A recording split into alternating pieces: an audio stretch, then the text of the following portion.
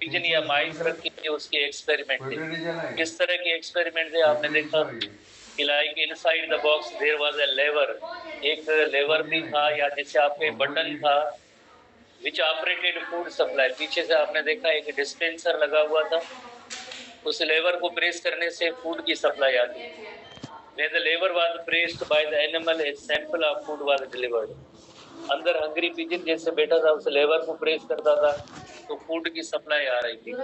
इसी तरह से ये कैसे सीखा? After several accidental incidents. ऐसे नहीं कि उसने जैसे अपनी रीजनिंग या लॉजिक लगाई थी, पर उसको पनिशमेंट भी दे रहा था और इत्तफाकन एक्सीडेंटल इंसिडेंट्स प्रेसिंग द लेवर, उसने लेवर को प्रेस करना ये सीख लिया। हंगरी पिजन ने लर्न टू प्रेस द लेवर। फिर क्या हुआ? Eight the time of their hunger, फिर जब भी फ्यूचर में दोबारा से उनको जब भी भूख लगती थी तो उस लेवर को प्रेस करता था और फूड की सप्लाई आती थी। तो उसे हम कहते ओपेरेंट कंडीशनिंग। ओपेरेंट कंडीशनिंग के बाद एक लेटेंट लर्निंग है। लेटेंट लर्निंग की पहले एक छोटी इलस्ट्रेशन देखते हैं, फिर होपफुली आप समझ जाएंगे। लेटेंट लर्निंग का मकसद होता है जैसे आप एक ये मेज है, इससे कहते हैं मेज। इस तरह से जो बलदार रास्ता होता है उसे कहते हैं मेज कहते हैं। तो एक्सपेरिमेंट इस तरह से था कि एक एंड पे जैसे फूड रखा गया था और यहाँ से जो है माइस को रखा गया था। अगर फॉर एग्जाम्पल माइस से पहली बार जैसे कोई गलत रास्ता लेते हैं, जाहिर है एक बार गलत रास्ता लेंगे देन क्या होगा, वो सीख जाएगी कि इसी रास्ते को आगे फॉलो नहीं करना है यकीनन। तो फिर एक बार सीखने के बाद उनको पता चल जाता है कि फूड का रास्ता किस जगह पे है। उसके बाद ये अब जैसे पहली बार भले आप इसको फूड स्टिमुलस भी दें या ना भी दें, पर नेक्स्ट टाइम जब भी आप ऐसे रेट्स को आप इधर इस पॉइंट पे रखेंगे तो इधर किसी भी दूसरी साइड पे रास्ते पे नहीं जाएंगे। उनको पहले से ही जैसे पता होता है कि रास्ता बाहर निकलने का क्या होता है या आगे जैसे फूड किस जगह पे रखा हुआ है। जैसे अक्सर आपने देखा होगा शहरों के अंदर जैसे गोडाउन्स वगैरह होते हैं या घरों के अंदर भी आपने देखा होगा जहाँ पे फूड मटेरियल रखा होता है, तो ऐसे माइस वगैरह चूहे वगैरह आते रहते हैं घरों के अंदर। और जैसे घरों के वो मालिक को उनको हर चीज का पता होता है, पहले से ही पता होता है किस रास्ते से इंटर होना है, किस जगह पे जैसे वो फूड मटेरियल या इनका जो भी लाइक खाने की चीज है वो किस जगह पे रखी हुई है। अगर आप गुस्से से इवन पीछे आप इनके भागेंगे कि आज हम इनको नहीं छोड़ेंगे मारेंगे, तो यकीनन उससे पहले वो भाग जाते हैं, उनको जैसे पहले से रास्ता जैसे मालूम होता है। तो ये कैसे उन्होंने सीखा है? इन्होंने यानी पहले आते हैं, देखते हैं, एक बार जैसे इंफॉर्मेशन गैदर करते हैं, कलेक्ट करते हैं। जैसे आप जैसे पढ़ रहे हैं, सीख रहे हैं, ये भी एक तरह से लेटेंट लर्निंग है। कैसे लेटेंट लर्निंग है? जैसे आप आज जो है ये टॉपिक याद कर रहे हैं, सीख रहे हैं, फ्यूचर के अंदर जैसे टेस्ट के अंदर ये सवाल आ जाए तो अपने लेटेंट लर्निंग को आप यूज करेंगे। लेटेंट लर्निंग को यूज करके और उसके सोल्यूशन तक आप डायरेक्टली पहुंच जाते हैं। बिला वजह इधर उधर लेफ्ट राइट जाने की जरूरत नहीं है, डायरेक्टली उसके सोल्यूशन आपको मालूम होता है कि हाँ इसका जवाब ये होता है। जैसे हम नहीं कहते 2 का टेबल होता है, जैसे 2 1 2 करके नहीं, 2 10 20 आप डायरेक्ट जवाब दे सकते हैं। ठीक है ना, इतना पूरा पढ़ने की जरूरत नहीं होती, पूरा पढ़ने की जरूरत नहीं होती। इसी तरह से लेफ्ट राइट जाने की जरूरत नहीं होती, क्योंकि इन्होंने पहले ही इस इंफॉर्मेशन को गैदर किया था, कलेक्ट किया था, इनकॉर्पोरेट कर लिया। और लेटर टाइम्स में, लेटर टाइम की मीनिंग होती है eight the time of need, जरूरत के वक्त पे। जैसे कई और एग्जाम्पल ऐसे हम ले सकते हैं, जैसे कभी कभार हम जैसे शॉपिंग करने जाते हैं पर विंडो शॉपिंग, विंडो का मतलब होता है बड़े शॉपिंग सेंटर में नहीं, पर मालूम किया कि कौन सा शॉप किस जगह पे है, किस जगह पे मिलता है, ऐसे देखे विंडो से वापस आ गए और नेक्स्ट टाइम वाकई आपको जो है इन चीज़ों की परचेजिंग होती है तो विदाउट वेस्टिंग एनी टाइम आपको नॉलेज होती है कि फिलहाल शॉप फिलहाल जगह पे है और जाके आप परचेज करके आए। इसी तरह से और भी कई, जैसे आप शहर घूमने जाते हैं, प्लेसेस घूमने जाते हैं, काम आपका कोई भी नहीं होता, जस्ट एक ऐसे ही घूमने गए और उसके बाद वाकई जैसे आपको जरूरत पड़ती है उस जगह जाने तक, या उस जगह में कोई काम है आपका ऐसा है जो वहाँ पे जाना जरूरी है, तो आपको सब रास्ते मालूम होते हैं without wasting any time. Latent learning को यूज करके आप वो उस जगह तक पहुंच जाते हैं या अपना जो भी टास्क होता है फौरन क्विक कर लेते हैं। या जिस तरह से इस तरह से टेररिस्ट वगैरह जो भी होते हैं, तो किसी भी चीज को जैसे उनको टारगेट करना होता है, घर की किसी की चोरी है, ऑफिस की, तो पहले आते हैं, इस तरह से सर्वे करते हैं, आगे पीछे देखते हैं रास्ते कौन से हैं, उसके बाद उस इंफॉर्मेशन को यूज करके देन जो है जो भी अपनी एक्टिविटी करते हैं वो उसे हम कहते हैं लेटेंट लर्निंग कहते हैं। This type of learning is called latent learning. तो इस तरह से लेटेंट लर्निंग सबसे पहले डेफिनेशन है। लेटेंट लर्निंग कहते किसे? Associate learning with a particular stimulus and is not rewarded और पनिश्ड है। एसोसिएटेड लर्निंग है पर आखिर में जैसे रिवार्डेड और पनिशमेंट उसमें उसका जिक्र नहीं है, पर क्या होता है किसी इंफॉर्मेशन को used in different situation at the later time. Later time की मीनिंग होती है बाद में जब जरूरत पड़ती है तभी इसी इंफॉर्मेशन को यूज करते हैं, वरना जैसे पहले वो जस्ट इंफॉर्मेशन को गैदर करते हैं या कलेक्ट करते हैं। तो इस तरह की इंफॉर्मेशन को, इस तरह की लर्निंग को हम कहते हैं लेटेंट लर्निंग कहते हैं। But it is utilized in different situation at the later time is called as latent learning. इसे हम कहते हैं लेटेंट लर्निंग। जिसमें एक एग्जांपल है जैसे रेट्स इलस्ट्रेशन हमने देखी थी, किस तरह से जो है अपने मेज को फाइंड करते हैं, दे फाइंड द मेज। ठीक है, we in the underground tunnel remarkable, जैसे आपने नीचे भी देखा होगा जहाँ पे खास तौर पे डेजर्ट के अंदर, डेजर्ट्स के अंदर कई जो ऐसे रेड्स वगैरह होते हैं भागते रहते हैं, प्रीडेटर्स को जानते हैं, एक दूसरे की जैसे लड़ाई वगैरह होती है, काफी जैसे एक बोल के फिर चले जाते हैं और घर पता है बोल होते हैं और जाके दूसरी जगह भी निकल जाते हैं। ठीक है, तो ये कारण उनको ये सब रास्ते मालूम होते हैं। जैसे फिल्मों की स्टोरी होती है ना, जैसे पुलिस लगती है इनके पीछे, तो वो जो तुम जाते हैं गलियों में आगे पीछे जाके पता नहीं किस जगह पे निकल गए, because already they are familiar with there, वो लेटेंट लर्निंग होती है। So rat is the place in a maze and it was observed that this natural ability that very soon finds its way. एक बार जैसे वो सर्वे करके आके देखिए आएंगे और पूरी जैसे उसकी जैसे मैपिंग होती है उसके जहन में आ जाती है, और फ्यूचर में जैसे वो जब भी इस्तेमाल करें तो इस इंफॉर्मेशन को इस्तेमाल कर सकते हैं। Way out it's the mean without being rewarded और पनिश्ड एट द एंड। कोई आखिर में जैसे पनिशमेंट रिवार्ड भी नहीं है, पर जस्ट वो क्या करते हैं किसी इंफॉर्मेशन को गैदर करते हैं या कलेक्ट करते हैं। This type of learning is called latent learning. आखिरी जो टाइप है लर्निंग का, जो सबसे हाईली जैसे डेवलप्ड बिहेवियर होता है, सबसे ज्यादा जो बड़ा बिहेवियर जो मोस्ट डेवलप्ड होता है, वो that is the insight learning होता है। इनसाइट लर्निंग की मीनिंग होती है रीजनिंग। ये ऐसा बिहेवियर सिर्फ और सिर्फ एक ह्यूमन और चंद एक दूसरे एनिमल्स हैं, जिसमें one of them is chimpanzee, उनके पास ये इनसाइट लर्निंग की जैसे एबिलिटी मौजूद है। हर एक एनिमल के अंदर ऐसी एबिलिटी नहीं होती है। एक ऐसी सिचुएशन में उन्होंने फर्स्ट टाइम जैसे ऑब्जर्व किया, लाइफ टाइम में फर्स्ट टाइम जैसे उन्होंने ऑब्जर्व किया ऐसी सिचुएशन, पर उसका भी जैसे हल तलाश कर लेते हैं, उस प्रॉब्लम का सलूशन तलाश कर लेते हैं। तो इस टाइप की लर्निंग को हम कहते हैं इनसाइट लर्निंग कहते हैं, जिससे रीजनिंग भी कहते हैं। इनसाइट लर्निंग हमेशा नॉलेज बेस्ड होती है, इनसाइट लर्निंग हमेशा स्किल बेस्ड होती है, इनसाइट लर्निंग हमेशा इंटेलिजेंस पे होती है। जैसे फॉर एग्जाम्पल ये कंप्यूटर अगर खराब होता है या ये जो इलेक्ट्रॉनिक बोर्ड खराब होता है, अगर हम फर्स्ट टाइम ही जैसे खराब हुआ है, तो अगर हम इसको दुरुस्त करवाना चाहें तो किसी कारपेंटर को नहीं बुलाएंगे कि आए आप इस लाइक बोर्ड को ठीक करें।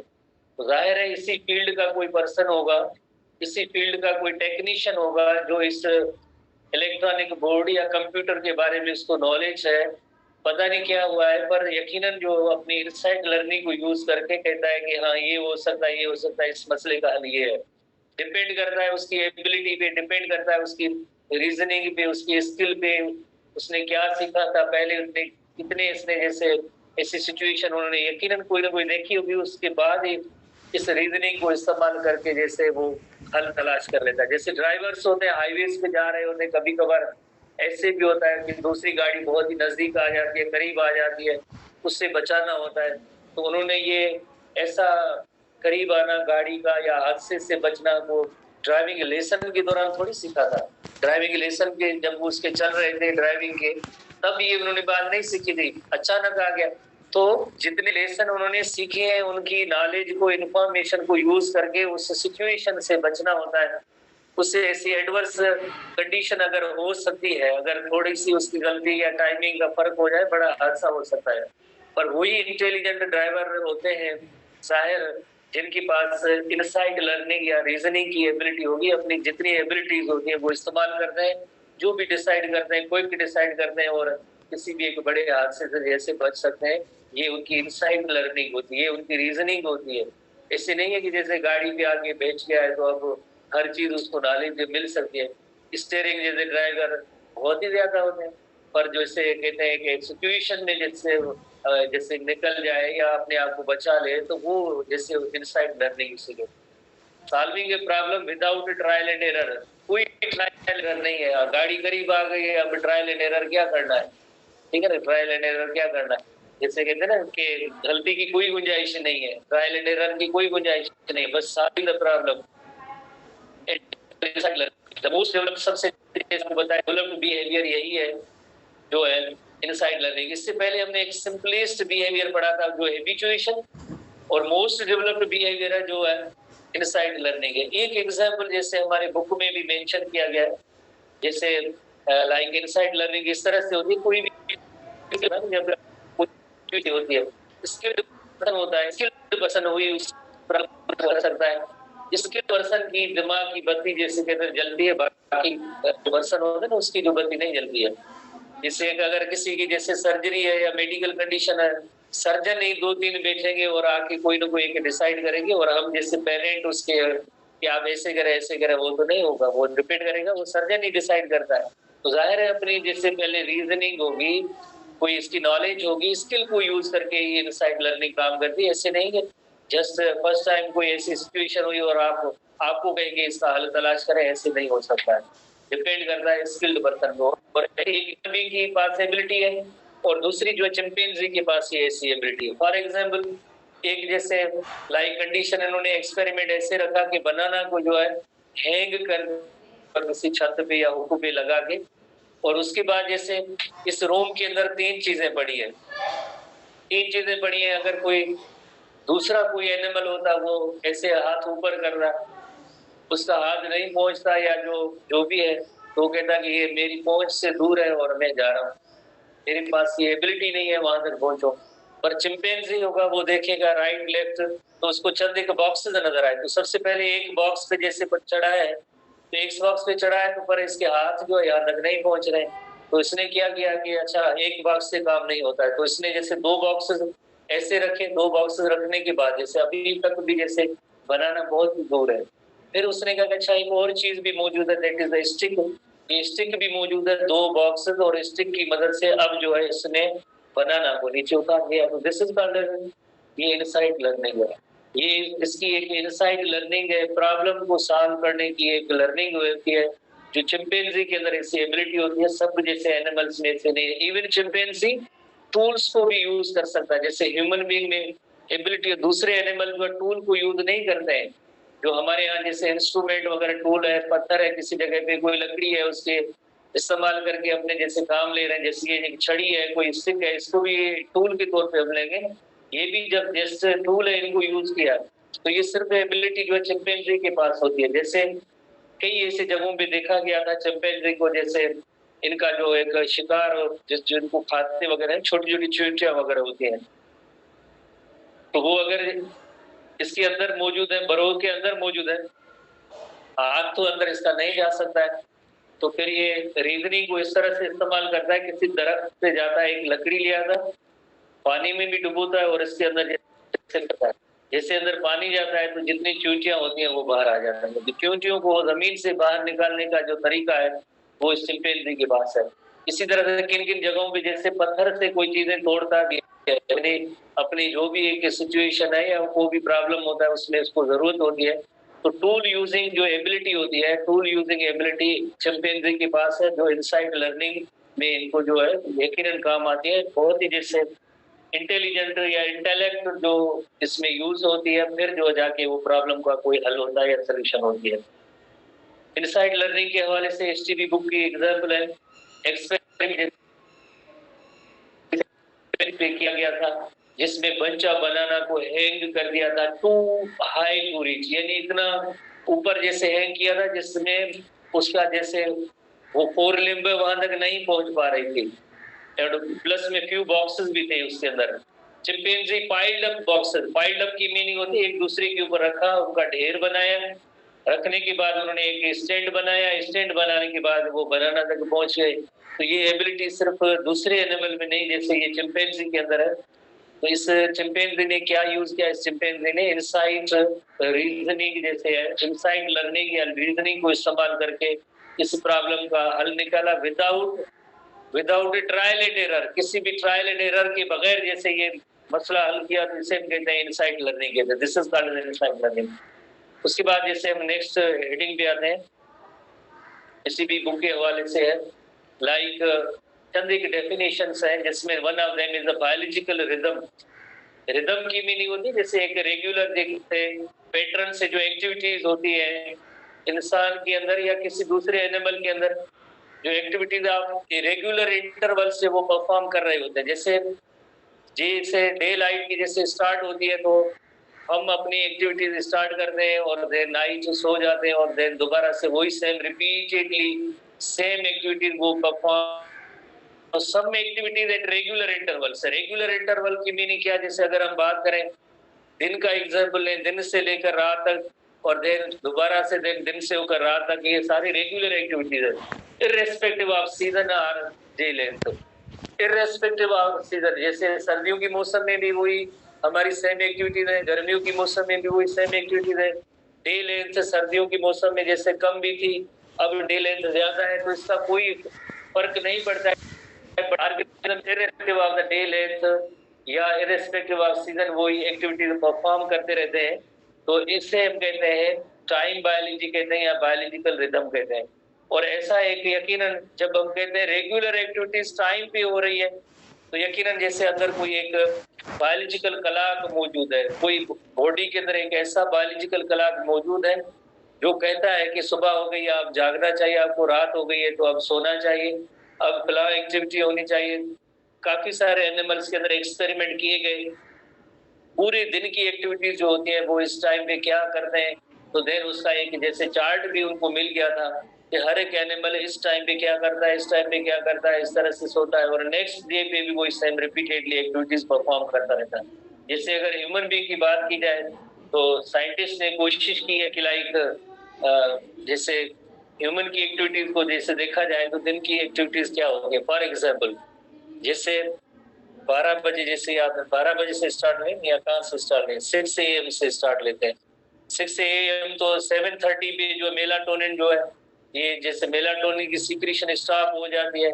और जिस तरह से एक एग्जाम्पल लेते हैं, जैसे शाम के जैसे 5 बजे होते हैं, greatest cardiovascular efficiency and muscle strength होती है इंसान के अंदर, मसल स्ट्रेंथ या cardiovascular activity. High blood pressure जैसे इस टाइम पे ज्यादा होता है। इसी तरह से आप देखें मेलाटोनिन की सिक्रीशन रात को जैसे 9 बजे के बाद जो आहिस्ता आहिस्ता ज्यादा प्रोड्यूस होती है, ज्यादा 9 बजे, इससे पहले नहीं 9 से जो है स्टार्ट होती है, और देन जो सुबह तक जैसे 6 या 7:30 तक जो ये स्टॉप हो जाती है ये मेलाटोनिन की सिक्रीशन। तो इसी तरह से लोएस्ट बॉडी टेम्परेचर इस टाइम पे होता है। डीप इंसान की स्लीप है जो से रात के जैसे 2 बजे तक होते हैं। तो ये एक दिन का नहीं है, इसी तरह से कई बार मुख्तलिफ इंसानों के अंदर ऐसी जो है रेगुलर एक्टिविटीज है इंसान के अंदर, irrespective of the day length, irrespective off season, ये एक्टिविटीज ऐसी होती रहती है जिससे हम कहते हैं टाइम बायोलॉजी या बायोलॉजिकल रिदम कहते हैं, जिससे कहते हैं टाइम बायोलॉजी और बायोलॉजिकल रिदम कहते हैं। वही सेम जिस तरह से इसी तरह से एक्टिविटीज होती है, जैसे रात के 9 बजे पे जैसे मेलाटोनिन की सिक्रीशन है ना, वो बहुत ही ज्यादा हाईएस्ट लेवल होती है। इसी तरह से जो हर एक एक्टिविटी है जैसे अलर्टनेस वगैरह, टेस्टोस्टेरोन, मसल स्ट्रेंथ या ये 5 PM पे, तो इस तरह से जो है लाइक जो चार्ट जैसे उन्होंने डिजाइन किया है, तो रिसर्च बेस्ड चीजें हैं। डिफरेंट पर्सन में डिफरेंट सिचुएशन के अकॉर्डिंगली ऐसी एक्टिविटीज नोट करते हैं, फिर कहते हैं हाँ यही पूरी सब इंसानों के अंदर ये सेम एक्टिविटीज जो है जैसे रिपीट होती रहती है, जिससे कहते हैं टाइम बायोलॉजी कहते हैं या बायोलॉजिकल रिदम कहते हैं। STP का नेक्स्ट जो टॉपिक है कि भाई ऐसा होता क्यों है, एक्सटर्नल और इंटरनल रेगुलेटिंग फैक्टर्स हैं the biological rhythm. Can be differentiated into exogenous और एंडोजीनस रिदम। एक एक्सटर्नल फैक्टर है, जिससे लाइट भी एक बहुत ही बड़ा एक्सटर्नल फैक्टर, जिसकी वजह से जैसे आप देखें लाइट लगती है तो मेलाटोनिन की सिक्रीशन जैसे स्टॉप हो रही है। एक्सटर्नल फैक्टर्स की वजह से भी रिदमिक एक्टिविटीज होती है।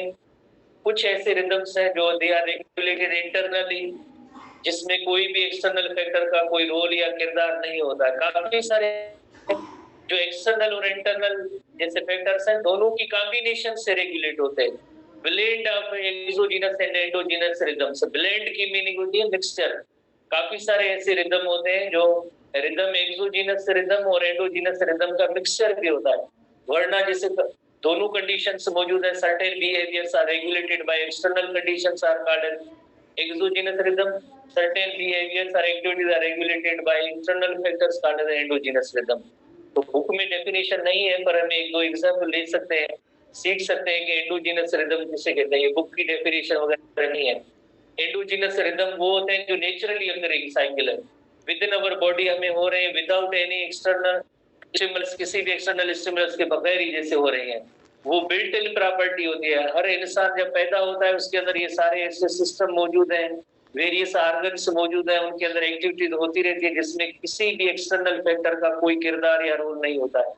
They are regulated by the organism and not dependent on external stimuli। ऐसे एंडोजीनस रिदम होते हैं, वो एक्सटर्नल स्टिमुलस से उसका कोई ताल्लुक नहीं है।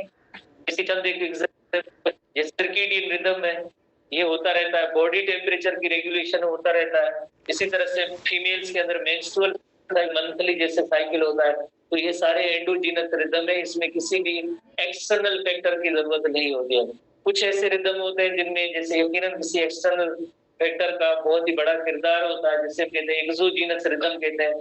दे आर इन्फ्लुएंस्ड, ये एक्सटर्नल फैक्टर या एनवायरमेंटल फैक्टर है, वो इन्फ्लुएंस करते हैं, असरअंदाज होते हैं। जो नेचुरल जैसे सर्केडियन रिदम होता है उसके ऊपर जैसे यकीनन जैसे ऐसे फैक्टर्स का असर होता है, जैसे एक्सपोजर टू लाइट है या टेम्परेचर है, exposure to ambient noise. Ambient noise जो होता है बैकग्राउंड साउंड जैसे होता है। जिससे आप एग्जाम्पल ले रहे हैं, किसी आप एक बिजी रेलवे स्टेशन पे जाए या किसी एक एयरपोर्ट पे जाए या किसी एक हैवी मशीनरी वाली कोई इंडस्ट्री या फैक्ट्री, एक दो दिन जाएंगे तो घर वापस आएंगे तब भी आपके कानों के अंदर जैसे उसकी आवाजें आ रही होती है। तो यकीनन ये क्या हुआ, आपके बिहेवियर पे जो है बहुत ही जरा ज्यादा ही इफेक्ट हुआ। या जैसे एक लॉन्ग रूट की जर्नी होती है ट्रेन की, अगर कोई करे तो यकीनन 2 दिनों तक उसके कानों के अंदर ऐसी आवाजें आती रहती है। तो ये एम्बिएंट नॉइज है, ये भी जैसे हमारे लाइक जैसे एक्टिविटीज है या बिहेवियर है उस पर भी असरअंदाज हो जाता है। रेगुलर डाइट है, जैसे अगर डाइट जैसे हम कहते हैं अच्छी मिलती है, आपकी पसंद की मिलती है, न्यूट्रिशियस है, तो हेल्दी होते हैं, काम भी अच्छा आप कर लेते हैं। अगर डाइट खराब मिले, हॉस्टल के अंदर पारूखा खाना मिले, तो आप यकीनन कहेंगे कि यार बेजार हो गए, भागो यार, दिल नहीं चाह रहा है, पढ़ना है क्या। तो डाइट का भी बहुत बड़ा किरदार होता है। शादियों के अंदर बेहतरीन डिशेज जैसे दी जाती है, क्यों दी जाती है, सब आप दुआएं करें उसको जो है, हाँ बहुत अच्छा खाना भी एक अच्छा फैक्टर होता है। ठीक है ना। आप जैसे सिलेक्शन आपकी मेडिकल में होती है, मिठाई खिलाते हैं, क्यों खिलाते हैं, तो यानी पॉजिटिव साइन होती है। तो डाइट का भी जैसे बहुत बड़ा किरदार होता है। रेगुलर डाइट्स होती है, ठीक है ना। और ये बात सही ना करा क्यों केड़ा कावड़ जो कितना मन वापस से गाड़ी में बूटियों को ने फलाणों को ने बिरयानी को मिले, मिठो खाधा डिशेस को मिले कंदा ने गिला कंदा ने तो ना हमरा जे को आए 6 कलाक ड्राइव करे गाड़ी में वगे बिजली को वापस से तारी रेडी है ना। हां तो 6 कलाक से ना बंद करे यार खाधो ही मिले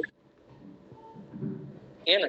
मिर्चों घणी, लूण घणो, ई पानी घणो, फलाणो तो डाइट का भी बहुत ही बड़ा किरदार है।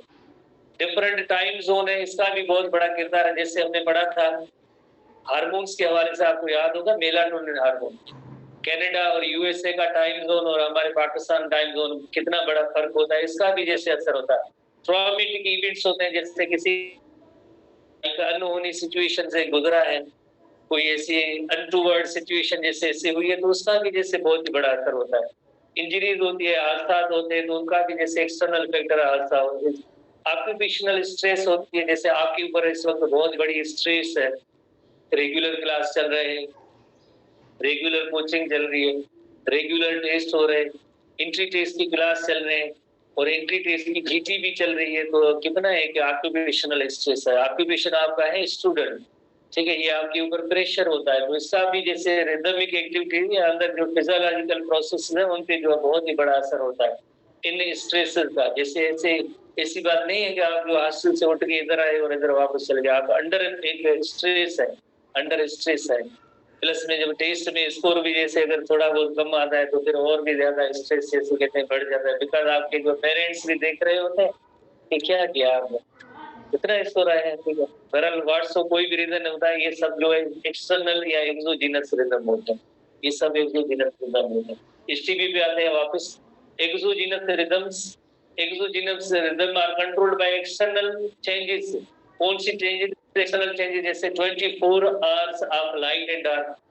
जैसे 24 आवर्स के अंदर आपने देखा है एक टाइम ऐसा होता है जिसमें सनलाइट होती है तो उसकी एक्टिविटी हर एक एनिमल की अलग होती है, और डार्कनेस से जैसे उसकी एक्टिविटी अलग होती है। जैसे इंसान के हवाले से अगर देखा जाए, नेचुरल जो जितने भी बाई नेचर इंसान जो है उसको डे लेंथ में अपने लाइफ सारे काम, जो उसका जॉब है, प्रोफेशन है, उसकी सारी जैसे वर्किंग है वो डे लाइट में होनी चाहिए। नाइट कुदरत ने जैसे आपके आराम के लिए या स्लीप के लिए दिया है, वो अलग चीज है कि हम इंट्री टेस्ट की तैयारी कर रहे होते हैं तो पढ़ रहे होते हैं, बुक पढ़ रहे होते हैं, फेसबुक पढ़ रहे होते हैं, वो अलग चीज है।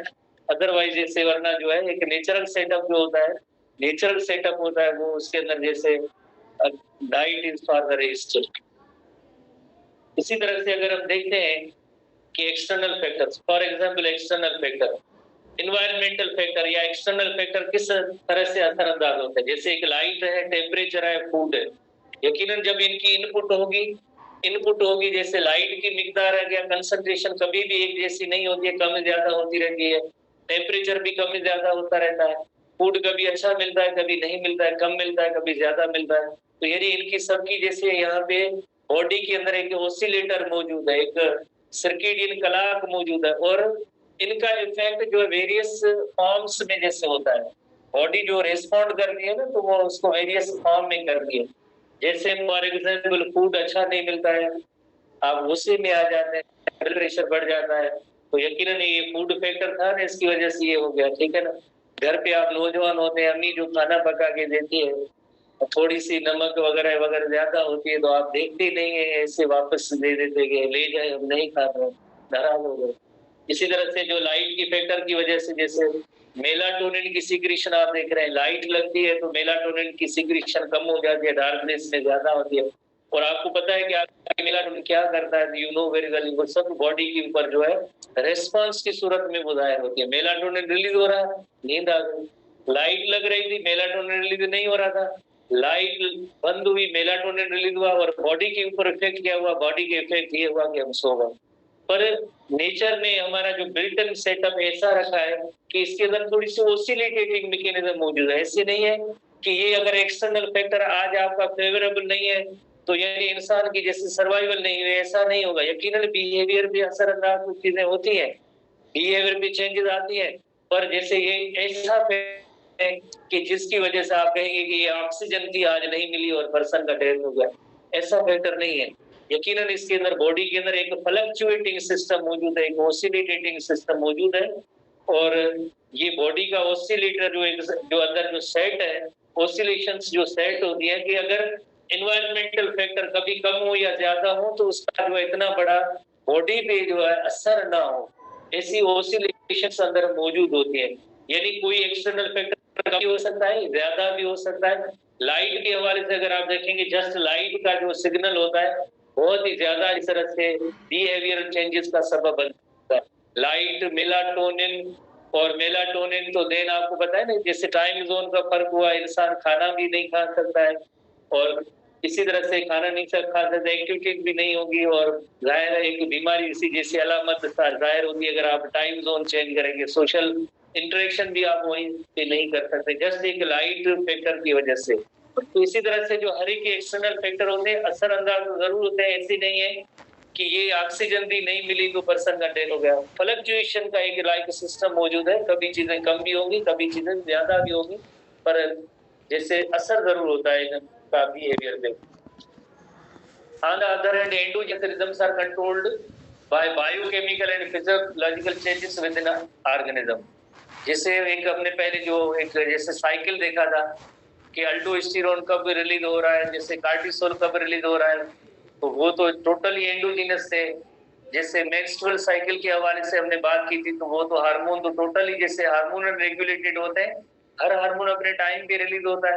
तो इसी तरह से endogenous rhythm are controlled by biochemical and physiological changes in the body. जैसे हम चैप्टर 4 के अंदर जैसे अभी हमने डिस्कस किया, आप आसानी से समझ सकते हैं अगर दूसरे बिहेवियर आप ना समझे। तो मेंस्ट्रुअल साइकिल है that is regulated by the hormone, चाहे एक्सटर्नल फैक्टर कैसे भी हो, लाइट कम हो, लाइट ज्यादा हो, या जैसे टेम्परेचर चाहे जितना हो, तो पर वो रिदम में ऐसे होते रहते हैं। इसी तरह से number of examples of rhythm are think to be blend of both endogenous and exogenous. Blend की मीनिंग होती है मिक्सचर। काफी सारे ऐसे रिदम है जो एंडोजीनस और एक्सोजीनस रिदम का मिक्सचर होते हैं। चंद एक एग्जांपल हमारे बुक में मेंशन किए गए हैं ऐसे, लाइक एक जैसे ब्रीडिंग सीजन भी है, आपने देखा होगा कई ऐसे एनिमल्स होते हैं जो male female animal they live together but they do not reproduce at all. एक साथ रहते हैं पर उनके अंदर जैसे रिप्रोडक्शन नहीं होती है, एक खास टाइम होता है, सीजन होती है, उसी के अंदर उनकी ब्रीडिंग होती है। जैसे आप देखते रहते हैं गोट्स हैं, काउज हैं, डॉग्स हैं, कैट्स हैं, male female animal they live together, पर उनकी एक स्पेसिफिक सीजन के अंदर ब्रीडिंग होती है, तो ऐसे बिहेवियर को कहते हैं breeding season behaviour. Many animals do not breed all the year, पर जैसे वो एक सर्टेन सीजन के अंदर उनकी रिप्रोडक्शन होती है। फॉर एग्जाम्पल आपने देखा होगा कि हम थर्ड डेजर्ट का एग्जाम्पल लेते हैं, तो थर्ड डेजर्ट का एग्जाम्पल जिसमें गोट्स की जब ब्रीडिंग सीजन आती है, तो ऐसी सीजन होती है जिसके अंदर जैसे थोड़ी बारिशें भी हो, बारिशें हो तो उनकी मदर से उनको चरने के लिए खाना भी चाहिए, वो उनके पास खाना मिलेगा तो बच्चों को मिल्क दे सकेंगे, तो आगे उनकी सर्वाइवल भी होगी। तो कुदरती एक ऐसा निजाम हर एक एनिमल का रखा गया है कि ब्रीडिंग ऐसी सीजन में हो कि फ्यूचर में जो उनके जो यंग वन बने उनके लिए कोई एडवर्स एनवायरमेंटल कंडीशन ना हो, ताकि उसमें ये जो सर्वाइव भी ना कर सके और उनको जो फूड भी मिलता रहे। तो ऐसा जो बिहेवियर डेवलप हुआ है, ऐसा जो टाइम इनके अंदर जो सेट हुआ है, इवोल्यूशन या जो साइंटिस्ट बताते हैं, तो इसको भी कई साल लगे होंगे तब जाके ये जो बिहेवियर डेवलप हुआ होगा। We produce young one in the favourable for the rearing and feeding, कि आपने बच्चों को जैसे फीड भी कर सके और उनकी एडवर्स एनवायरमेंटल कंडीशन भी ना हो, उसके अंदर जैसे उनकी सर्वाइवल हो। बस दो एक बिहेवियर है। एनुअल रिदमिक बिहेवियर दूसरी कंडीशन जैसे बाइनुअल माइग्रेशन। बाइनुअल माइग्रेशन का मतलब ये होता है जैसे कुछ ऐसे इवेंट्स होते हैं जो साल में जैसे 2 बार होते हैं, या एक ऐसा इवेंट होता है आफ्टर एवरी 2 इयर्स होता है, तो उसे कहते हैं बाइनुअल कहते हैं। एक जैसे आपके एनुअल एग्जामिनेशन का मतलब क्या होता है, साल में एक बार होता है। बाइनुअल एग्जामिनेशन अगर हो तो 2 सालों के बाद एक एग्जाम्पल हो, एग्जाम होगा तो उसे बाइनुअल कहेंगे। या ऐसी सिचुएशन जब साल में 2 बार एक्टिविटी हो तो उसे भी हम कहते हैं बाइनुअल कहते हैं, दैट इज आल्सो कॉल्ड बाइनुअल। तो जैसे सामू और ईल फिश हैं, दोनों फिशेस की टाइप्स हैं, पर ये माइग्रेट करती रहती है हजारों किलोमीटर समंदर के अंदर और सी वाटर और फ्रेश वाटर के दरमियान माइग्रेट करती है। क्यों माइग्रेट करती है, जैसे अभी हमने माइग्रेशन का रीजन देखा कि एक उनकी रिप्रोडक्शन होती है, दूसरा सर्वाइवल होता है। खुशी से जैसे घूमने फिरने नहीं, हर साल इस तरह से जो माइग्रेशन होती है, बिकॉज उस जगह पे सर्वाइवल कंडीशन अच्छी नहीं होती है, तो उनको जगह चेंज करनी होती है, उनकी रिप्रोडक्शन उनकी करनी होती है, अपना नस्ल बढ़ाना होता है। नस्ल के लिए भी जैसे एक फेवरेबल कंडीशन चाहिए, तभी जो है ये माइग्रेट करते रहते हैं, और ये बिहेवियर डेवलप होने में भी इनको कई साल लगे होते हैं। इसी तरह से हमारे पाकिस्तान में भी आखिर में जैसे आपने देखा होगा रेनी, जैसे अभी जो सर्दियों का मौसम गुजरा है, तो इसमें कई माइग्रेटरी बर्ड्स आते हैं, साइबेरिया रशिया से उड़ के आते हैं, यहाँ से होते हुए यहाँ तक पाकिस्तान तक पहुंचते हैं, देन वापस बलूचिस्तान एंड ईरान, और देन आगे जो है वापस जैसे अपनी असली जगह चले जाते हैं। इसी तरह से हर साल ये रिपीट करते रहते हैं। तो ऐसे जो है बाइनुअल माइग्रेशन भी एक जैसे रिदमिक एक्टिविटी है। उसके बाद जैसे फर्दर 2-3 और डेफिनेशन, जैसे एक जिन्हें कहते हैं क्रेपस्क्यूलर, ये जो ना सर्केडियन रिदम है। क्रेपस्क्यूलर ऐसे एनिमल्स जो 2 टाइम पे एक्टिव होते हैं, at the time of dawn and dusk, बाकी दिन में जैसे एक्टिव नहीं होते, उन एनिमल्स को हम कहते हैं क्रेपस्क्यूलर। जैसे अगर डियर का एग्जांपल लिया जाए, डियर जैसे आपको पता है कि उसके प्रीडेटर भी ज्यादा होते हैं, तो डियर की कोशिश ये होती है कि ऐसे टाइम पे आए जब जहाँ पे कोई प्रीडेटर वगैरह ना हो, थोड़ी देर में बस खाना खा के देन छुप जाना हो। तो ये बिहेवियर इस तरह से डेवलप हुआ है क्रेपस्क्यूलर एनिमल्स। दूसरे एक ऐसे एनिमल्स होते हैं जैसे नॉकटर्नल एनिमल, सिर्फ नाइट टाइम में एक्टिव होते हैं, जैसे थर्ड डेजर्ट के अंदर आपने एक हेजहॉग देखा होगा, कांटों वाला, रात के वक्त जैसे निकलता है, आउल जो रात के वक्त निकलता है, तो ऐसे एनिमल्स को हम कहते हैं नॉकटर्नल एनिमल। डायर्नल एनिमल जैसे मोस्टली बर्ड्स और मैमल्स की जो नेचर है वो डायर्नल इन नेचर है। इवन ह्यूमन बीइंग खुद जो है वो डायर्नल इन नेचर है। रात के वक्त अगर हम जागे या जाग नेचर है, चौकीदारी करनी है या कोई एक जैसे फैक्ट्री के अंदर शिफ्ट है तो उसको नाइट की ड्यूटी करनी है या एयरपोर्ट की ड्यूटी है तो वो अलग चीज है। अदरवाइज नेचुरल सेटअप या बिल्ट इन सेटअप है। बाई नेचर इंसान जो है वो डायर्नल इन नेचर है, डायर्नल इन नेचर है।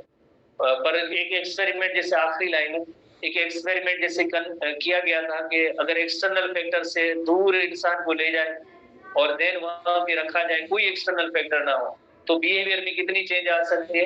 नेक्स्ट पेज में देखेंगे कि 25 आवर्स का रिदम हुआ था, जो एक सही मॉडल नहीं है, उसको अब साइंटिस्ट ने रद्द कर दिया, ये मॉडल ठीक नहीं है। अच्छा, अब जो नेक्स्ट जीटी होगी ना, उसका सिलेबस, नेक्स्ट जीटी का जो सिलेबस होगा, अब चैप्टर 3 के अंदर जितने आपने टॉपिक पढ़े हैं या जितनी आपने टेस्ट दिए ना, इसको आप माइनस कर देंगे, बाकी जो कुछ भी है ना वो जीटी का सिलेबस है। फिर आप नेक्स्ट सवाल पूछेंगे जीटी का सिलेबस क्या है।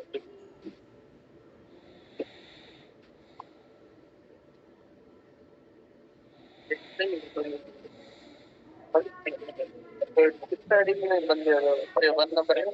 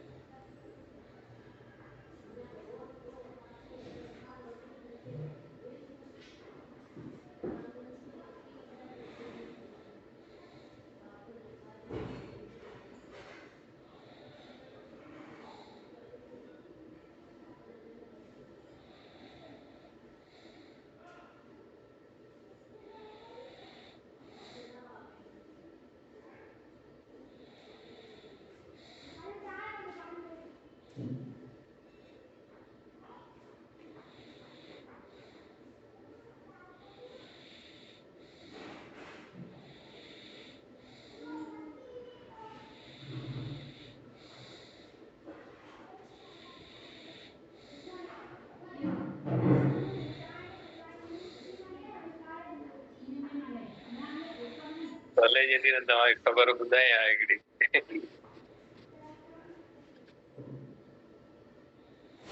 बिस्मिल्लाहिर्रहमानिर्रहीम।